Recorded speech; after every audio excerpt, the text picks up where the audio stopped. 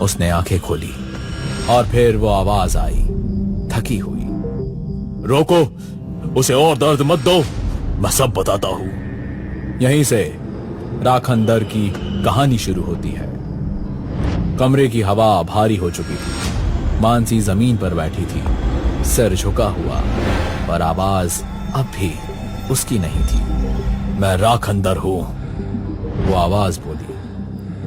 पहाड़ों में रहता हूं, जंगल, पत्थर और अंधेरे मेरे घर है।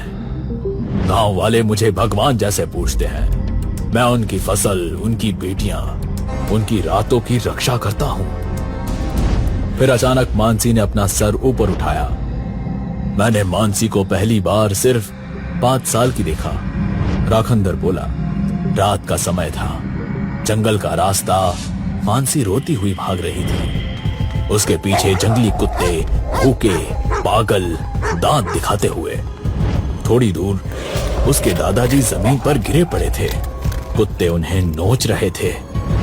दादाजी ने अपनी आखिरी सांस में आंखें ऊपर की और मुझे पुकारा। हे राखंदर, मेरी पोती को बचा ले, अब वो तेरी जिम्मेदारी है।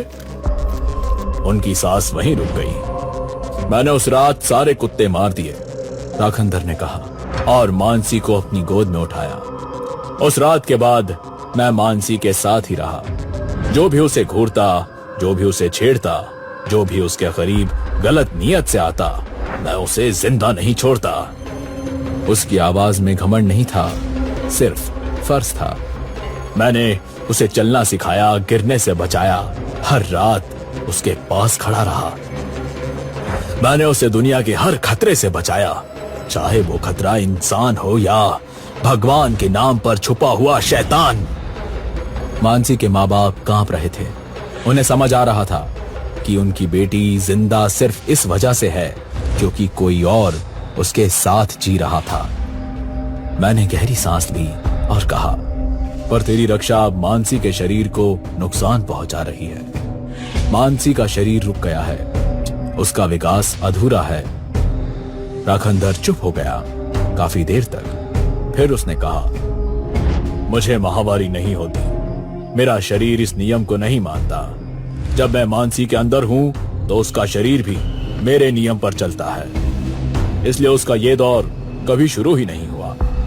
मानसी के चेहरे पर एक अजीब सा दर्द था, जैसे उसका शरीर कुछ कहना चाहता हो पर कह नहीं पा रहा। पर सच्ची आवाज में कहा, राखंदर, अगर तू यहीं रहा तो ये लड़की कभी पूरी जिंदगी नहीं जी पाएगी। कमरे में सन्नाटा छा गया। राखंदर ने पहली बार कमजोर आवाज में कहा, पर मैंने सिर्फ रक्षा की है। मैंने अपनी आवाज को नर्म किया। अब यह जंग मंत्र की नहीं थी, ये समझाने की थी। मैंने कहा, तुमने अपना धर्म पूरी ईमानदारी से निभाया। तुमने एक बच्ची को मौत से छीन लिया, पर हर रक्षा हमेशा के लिए नहीं होती। मानसी का शरीर धीरे से कांपा, आंखों से आंसू बहने लगे, पर आवाज फिर भी उसकी नहीं थी। वो मेरी बेटी जैसी है, राखंदर ने भारी आवाज में कहा। मैंने उसे रोते देखा, हंसना सिखाया, अंधेरे से नहीं डरना सिखाया। जब वो बीमार होती थी, मैं रात भर उसके पास खड़ा रहता था। अब तुम कह रहे हो कि मैं उसे छोड़ दूं? मैंने कठोर सच बोल दिया। तुम रक्षक हो, भक्षक नहीं बन सकते। तुम्हारे रहने से एक लड़की की जिंदगी अधूरी रह जाएगी। काफी देर बाद एक लंबी सांस सुनाई दी। हाँ, शायद मेरा वक्त आ गया है। मुझे मेरे पर्वत तक छोड़ना होगा। वहां मेरे लिए एक नया जोड़ा कोल्हापुरी चप्पल और नारियल छोड़ देना। पर याद रखना, मानसी से जुदा होना मेरे लिए भी आसान नहीं होगा। मैं तुम्हें तकलीफ दूंगा, पर अपने स्थान पर पहुंचते ही मैं उसे हमेशा के लिए छोड़ दूं। इतना कहकर मानसी का शरीर ढीला पड़ गया। वो बेहोश हो चुकी थी। मानसी के पिता ने कांपते हुए कहा, बाबा, एक बात आपको बतानी है। उनकी आंखें झुक गई।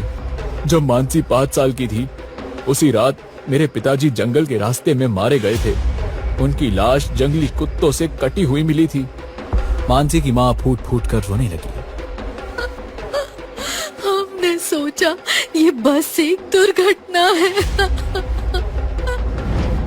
हमने सोचा ये बस एक दुर्घटना है, पर अब सारी कड़ियां जुड़ चुकी थी।